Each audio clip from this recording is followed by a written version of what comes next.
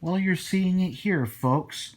While we're not in my airplane room or airport room, you are looking at a perfect end to an imperfect year. We are here looking at all three of my choices from the November 2020 NG models releases. Seen here in front of me, we've got Delta A350 900, Delta 737 800, and JetBlue A321 Neo. And of course, as you can see, the Delta 737 800 here is based off of the earlier one we got this year, which was in the SkyTeam livery. I'll probably go a little bit more in depth on that very soon, but I'd like to bring all focus at first on the Delta A350.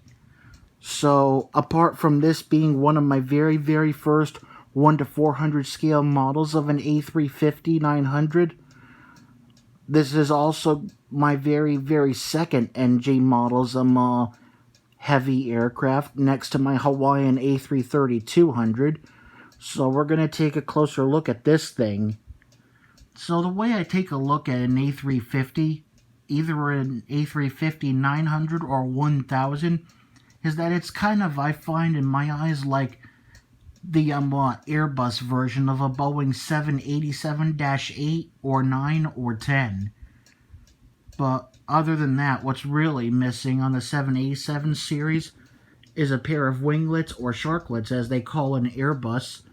Delta has definitely gotten quite a lot of these ever since they retired their 747-400s, and now they're using these even more as a replacement to their recently retired 777-200 ERs and LRs. So this is a very first step for me to having my first Delta A350 900. I am looking to actually getting both the Gemini Jets versions as well, so I could probably compare them to find out whose molding is better. But I figured I'd start over here with NG models, because they're excellent. So, taking a closer look, registration for the Delta A350 900, November 512 Delta November.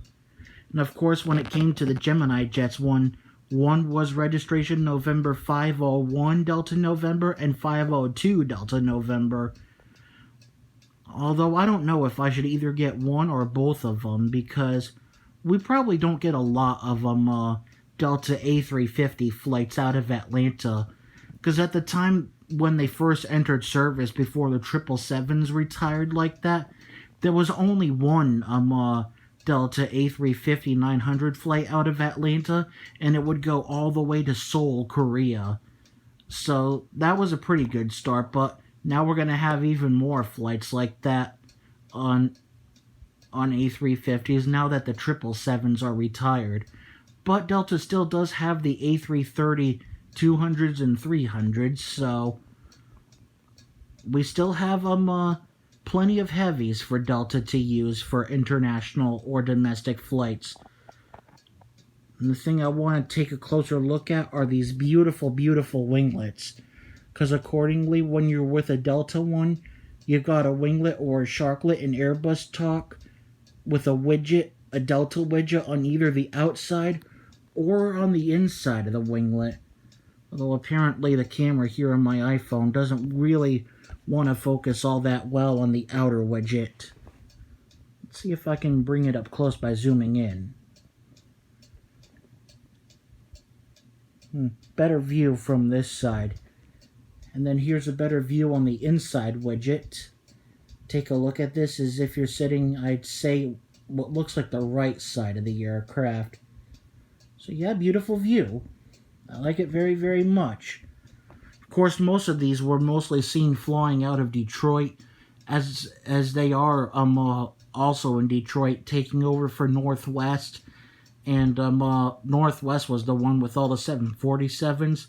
And so eventually they were painted into Delta, and now that they're retired, first they used them as replacements for the 747s out of Detroit and Seattle, and now they're doing it with the replacements for 777s. So we might see a lot of A350 flights now out of Atlanta. So what else can I say? I love it very much. I'm sure we can expect the same amount of detail with the Gemini Jet's molding, except you've probably known that their molding is a little bit more chubbier. But that doesn't matter to me. Alright, let's move on to the next plane, which is the Delta 737-800 in the regular livery. Of course, we all know the first NG's Delta 737-800 we got was in that beautiful Sky Team livery. And now we've got a regular livery. And I'd say the molding is definitely the same, taking a look at the double Wi-Fi and in-flight entertainment antennas like that. That is outstanding. I hope one day NG models would do a Delta 757-200 with or without winglets like that. They did do some 757s before. One was in the Sky Team livery and another was without winglets. I really wish I did find a Delta 757 with the Sky Team livery, but I don't know if that livery is going to last any longer or not. But other than that, this is a very nice molding.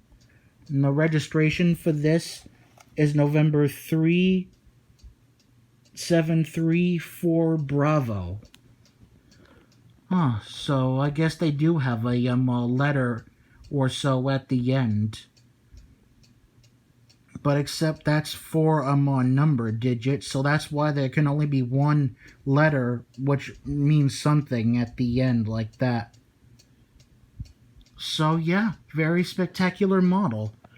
Alright, now to wrap it up, we're going to do it with my number one favorite airline, the JetBlue A321 Neo. So here she is. Now, I decided to go for this because apparently, even though we do enjoy the Gemini Jet's molding... Oops, sorry about that. It's kind of hilly over here. Sorry. Anyway, as I was saying, even though we did get a Gemini Jet's molding of a JetBlue A321 Neo like that, of course, registration for that was November 2002 Juliet, with the aircraft being named after David Needleman, the founder of JetBlue.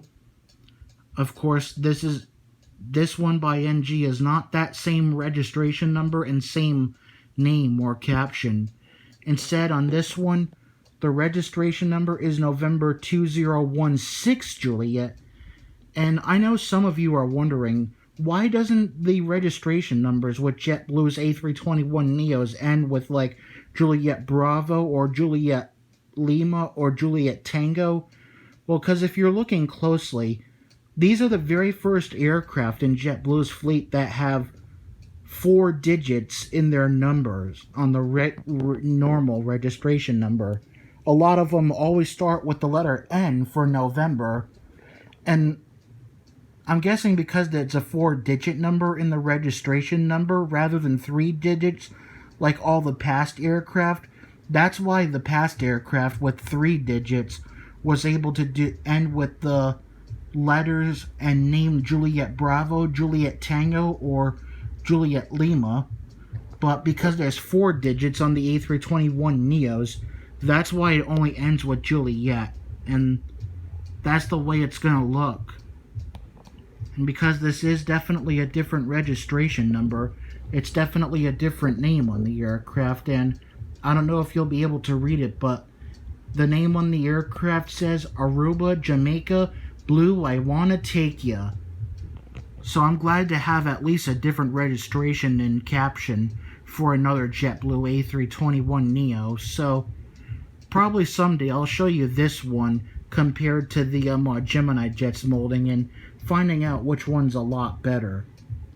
You can see even the packaging over here is colored the same way as the balloon's tail fin.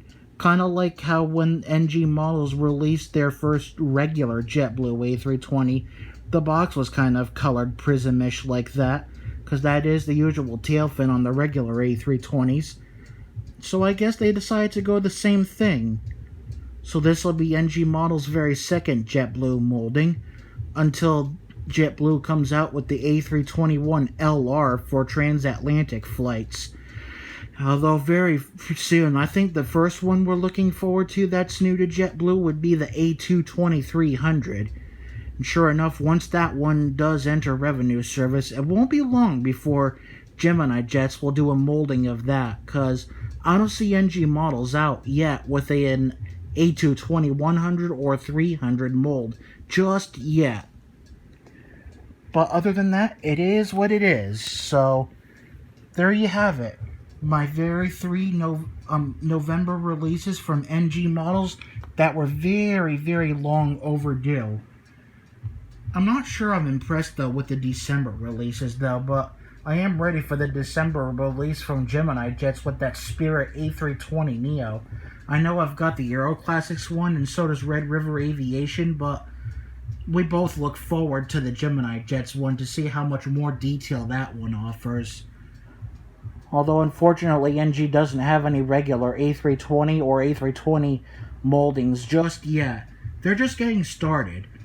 After all, NG does stand for New Generation Models, so either way, off to a good start between A350s, A330s, 737-800s, A320s, A321 Neos, and 757s. So hopefully they'll do a little bit more in different aircrafts in the near future. We just gotta wait. So, what a fun way to wrap up the year 2020. That was a very imperfect year because of this pandemic. So there you have it. Thank you for watching. Until next time, this is Cameron at Pinchy08, signing and pinging out. Take care. Have a happy new year, and more importantly, happy flying.